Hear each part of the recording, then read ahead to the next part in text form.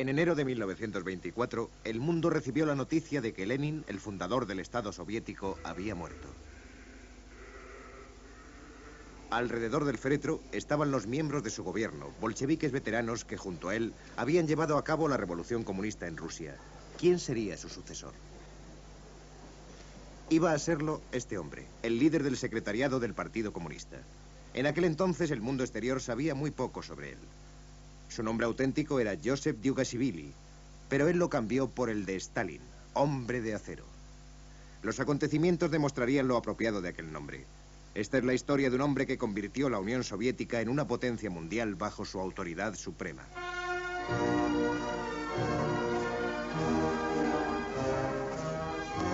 Stalin y la modernización de Rusia. Stalin estaba considerado como una figura gris y reservada y no había desempeñado un papel muy destacado en la revolución. Él sabía que el poder real estaba en el seno de la organización del Partido Comunista. Por ello, cuando le ofrecieron el cargo de secretario del partido, después de que otros hubieran declinado la propuesta de ocupar un cargo tan poco brillante, Stalin vio la ocasión para estar en el centro de la actividad. Desde ese cargo, podría por otra parte nombrar funcionarios afines a él en todo el país. Lenin no era favorable a la designación de Stalin como su sucesor. Es demasiado tosco, demasiado arrogante, decía. Muchos creían que el hombre idóneo para gobernar el país era Trotsky, el organizador de la Revolución de Noviembre y creador del Ejército Rojo. Trotsky había dado muestras de su falta de escrúpulos en 1921. Los marineros de la base naval de Kronstadt se habían amotinado en protesta por la mano dura del Partido Comunista.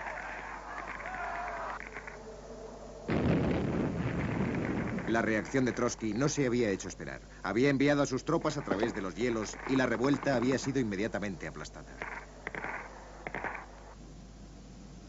En el Kremlin de Moscú crecía el desacuerdo entre Stalin y Trotsky en torno al futuro del comunismo soviético. Trotsky quería que el partido alentara la revolución en aquellos países que amenazaban a la Unión Soviética. Creía en el avance constante e inevitable de las ideas comunistas por todo el mundo. En cambio, Stalin mantenía que el único modo de proteger la revolución consistía en fortalecer la propia Unión Soviética. Y su punto de vista iba a imponerse. Trotsky tenía un carácter arrogante y realmente nunca había sido bien visto dentro del partido. En 1926 fue destituido del Politburó y 2 años después hubo de afrontar el exilio con su esposa.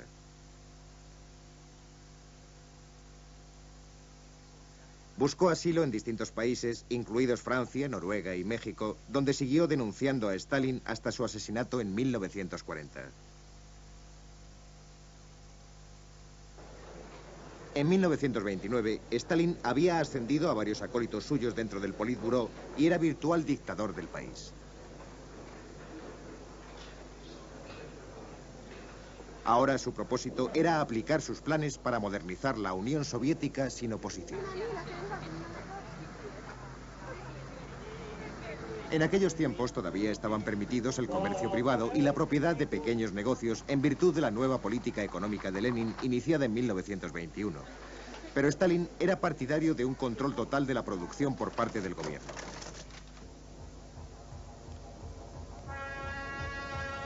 La respuesta iba a estar en los planes quinquenales que sustituyeron la nueva política económica de Lenin. En los despachos gubernamentales, un ejército de expertos en planificación trazaron los objetivos de producción de cada tipo de producto para un periodo de 5 años. Los comités locales se encargaban entonces de hacer cumplir esos objetivos.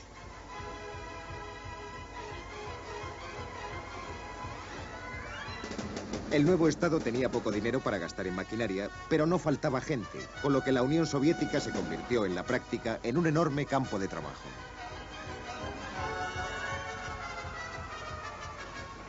La idea era cambiar la imagen industrial de la Unión Soviética en el menor tiempo posible.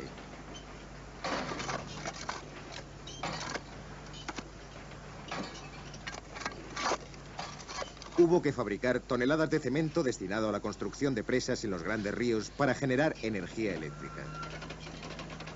También era vital la madera de los bosques, que sería empleada en los miles de kilómetros de nuevos ferrocarriles previstos en el primer plan quinquenal. Los ferrocarriles debían servir para abrir la Unión Soviética y al mismo tiempo facilitar el suministro de materias primas para los nuevos centros industriales como Magnitogorsk, en el interior de Rusia central. Alentados por la visión de una sociedad nueva, muchos rusos se esforzaron en cumplir los planes de producción. Pero las exigencias de Stalin implicaban un uso creciente de mano de obra esclavizada.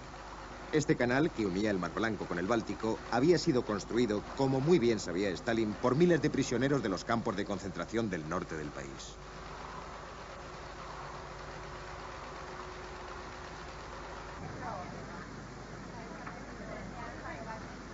El moderno Estado soviético que estaba creando Stalin precisaba una mano de obra sana y educada. No cabía el analfabetismo. Los obreros y campesinos capaces de leer, escribir y sumar eran más útiles a la nueva sociedad industrial. Mientras los adultos aprendían a leer y escribir, sus hijos eran educados en las nuevas y cada vez más numerosas escuelas, universidades y politécnicas.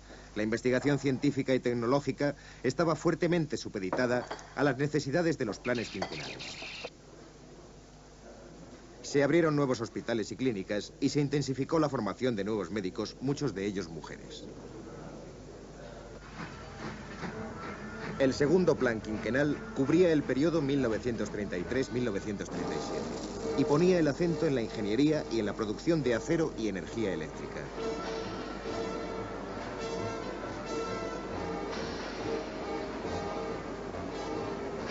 Dentro de la Unión Soviética no faltaba trabajo, aunque este era precisamente el periodo en el que América y buena parte de Europa sufrían los efectos de la depresión y el desempleo.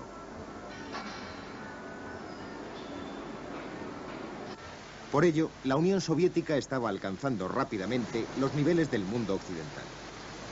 Pero esto no les bastaba a los líderes soviéticos. Exigían cada vez mayores sacrificios de los trabajadores. Este minero, Stajanov, hacía el trabajo de 16 hombres en un turno. A todos se les instaba a emular a Stajanov. Si lo cumplían, se les recompensaba. Los holgazanes, en cambio, eran ridiculizados y castigados. Sin embargo, también existía el fracaso, aunque por supuesto no lo reflejaran así las películas oficiales como esta. No todos los trabajadores eran como Stajanov, y muchas fábricas no lograban cumplir sus objetivos de producción. Pero a pesar de esto, la industria soviética seguía creciendo y en 1930 las nuevas fábricas comenzaron a fabricar la maquinaria que Stalin necesitaba para otra revolución, la agrícola.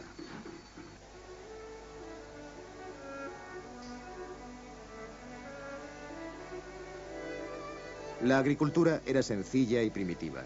Aunque los campesinos fueran ahora propietarios de sus tierras, todavía las cultivaban del mismo modo que lo habían hecho durante siglos. Sin embargo, la producción alimenticia era vital, así como las exportaciones de cereales, con las que se financiaba la compra de maquinaria al extranjero y el pan que alimentaba a los obreros en las ciudades.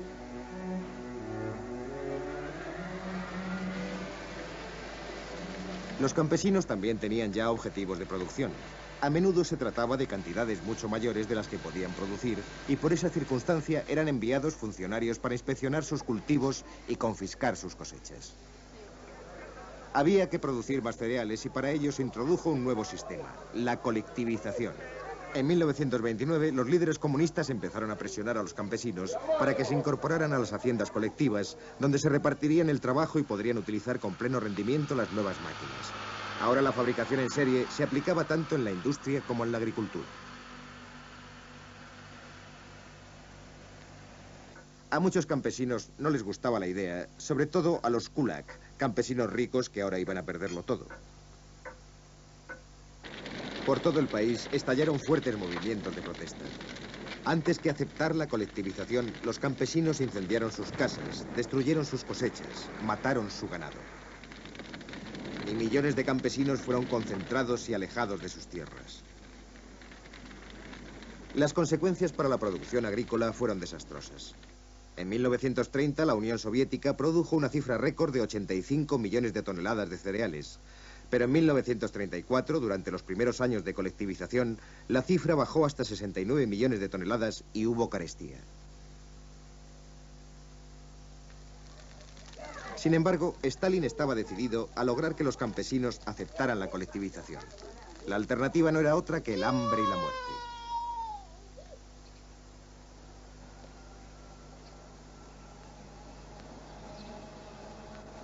Aún así, la vida en las pequeñas y grandes ciudades sí mejoró para algunos. Se rodaron películas propagandísticas como esta, en las que se mostraba a los obreros el nivel al que podían aspirar si eran ciudadanos soviéticos leales y trabajadores.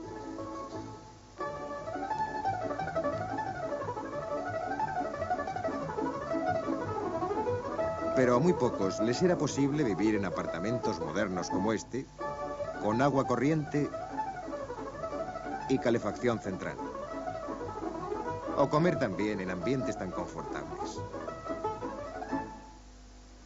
En realidad, la vida de un ciudadano medio era muy diferente. La constante escasez de alimentos y otros bienes de consumo significaba tener que guardar colas de varias horas frente a los comercios. Las ciudades estaban superpobladas y eran grises e incómodas. Las ideas de los planificadores estalinistas para la ciudad modélica del futuro apenas tenían efecto en la realidad, salvo en el caso de algunos edificios públicos en Moscú y la obra maestra de Stalin, el metro de Moscú.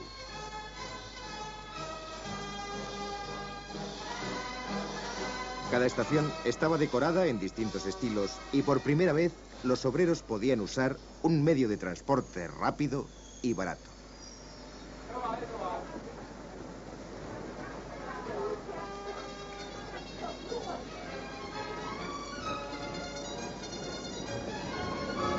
Pero el logro más importante de estos años estuvo en el desarrollo industrial a través de los planes quinquenales.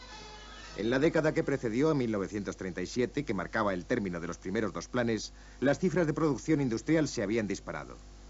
En 1937, por ejemplo, la producción de petróleo se había triplicado desde 1927. La producción de carbón era 4 veces mayor, al igual que la de acero. Pero, ¿cómo había cambiado Stalin durante estos años? En las convocatorias del partido, el aplauso parecía confirmarle como líder incuestionable de la nueva Rusia. Pero su falta de escrúpulos también le había creado enemigos, y a Stalin empezó a obsesionarle la idea de que estaban conspirando para acabar con él. Uno de los líderes más populares del partido era Kirov, un veterano bolchevique que ahora encabezaba el partido en Leningrado. En diciembre de 1934, Kirov fue asesinado. Algunos creyeron que Stalin estaba detrás de este asesinato, pero él alegó que se había tratado de un intento terrorista de derrocar al Estado. Su policía secreta puso manos a la obra. Irrumpían de noche en las casas de la gente más confiada. Funcionarios del partido, científicos, líderes industriales, oficiales del ejército, se llevaban a muchos que no volvían jamás a sus hogares. Aunque la hija de uno de ellos solo tenía 8 años cuando su padre fue arrestado, aún recuerda aquella noche con todo detalle. Recuerdo muy bien cuando se llevaron a mi padre. Me desperté en medio de la noche porque las 2 habitaciones estaban llenas de hombres.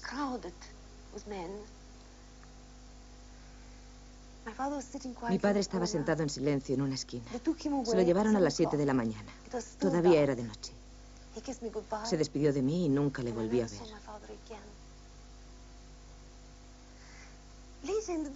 Más tarde, ese mismo día, mi madre me mandó a jugar y recuerdo claramente que estaba sentada en un pequeño parque cerca de mi casa, al lado de un estanque helado, cuando mi amiga, la hija del portero, salió de la casa con una enorme rebanada de pan con mermelada y me dijo tranquilamente, ¿quieres?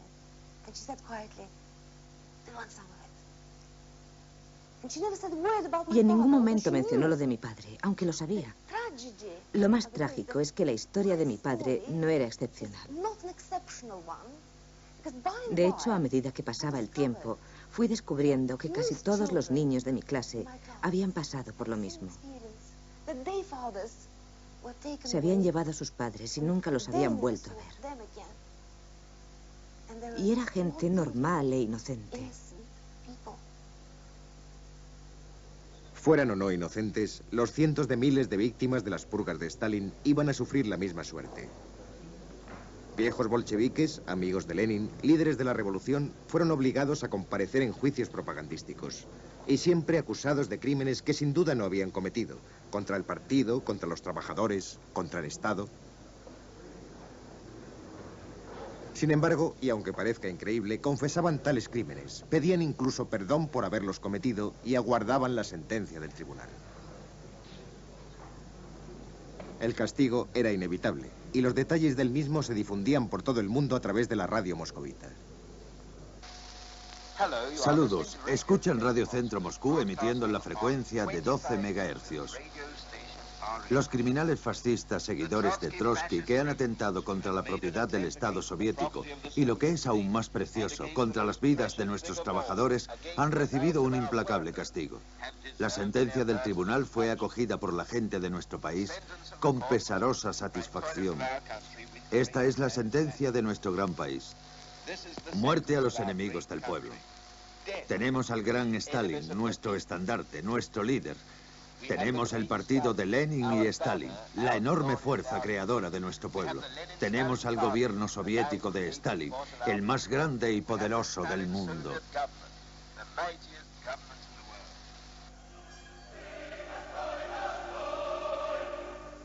Ahora Stalin podía estar tranquilo. Ahora todas las celebraciones eran en su honor. Exigía aplauso y afecto y pocos tenían ya la valentía de negárselos.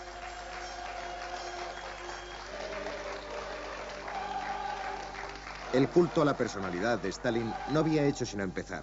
Todos compraban el retrato del genio de la nueva era, el hombre más sabio de nuestra época, como le calificaba Pravda, el diario oficial del gobierno. Y en los libros de historia y cuadros de la revolución, Stalin siempre figuraba al lado de Lenin.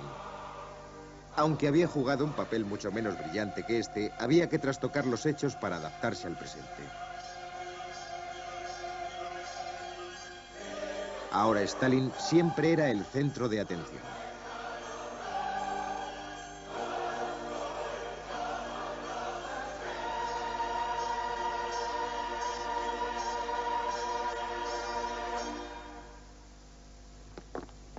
En 1937, mientras Stalin se dirigía desde el Kremlin a la Plaza Roja de Moscú para pasar revista a sus tropas, parecía que su posición como líder supremo y dictador de la Unión Soviética era absolutamente inamovible.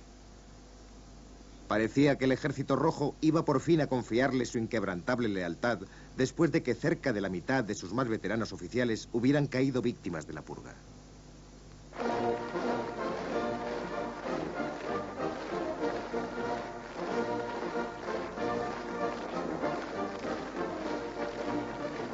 La modernización de Rusia había sido llevada a cabo a costa de un alto precio en vidas y sufrimiento.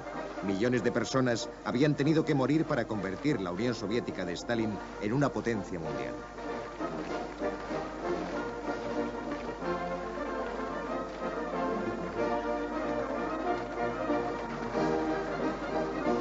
Los logros de la industria soviética a través de los planes quinquenales habían incluido la fabricación en serie de armamento y equipos para el ejército más grande de Europa.